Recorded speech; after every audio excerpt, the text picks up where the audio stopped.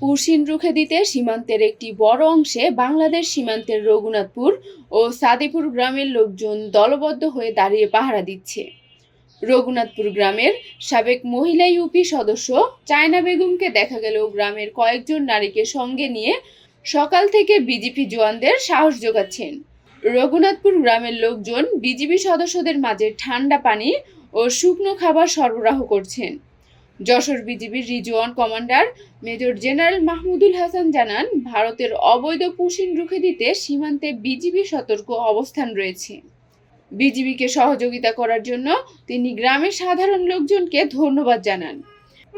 এদিকে কাঁটাতারের বেড়ার এপাশে ভারতীয় ভূখণ্ডে অবস্থান করছেন ভারত থেকে ঠেলে দেওয়া 10-12 জনের একটি দল। দুপুর 12:30টার দিকে যশোর 49 বিজিবির কমান্ডিং অফিসার লেফটেন্যান্ট কর্নেল গোলাম মোহাম্মদ সাইফুল আলম খান নীল পতাকা উড়িয়ে 20 থেকে 22 জন বিজিবির একটি দল সাথে নিয়ে সীমান্তের শূন্যরেখা বরাবর গেলেও এ সময় বিএসএফ এর পক্ষে কেউ এগিয়ে আসেননি। দলটি মাঠে প্রায় 10 মিনিট অবস্থান শেষে বাংলাদেশ সীমান্তে ফিরে আসে। সুরাইয়া আক্তার, সুমাইয়া, অবর্ণিত সংবাদ, ঢাকা।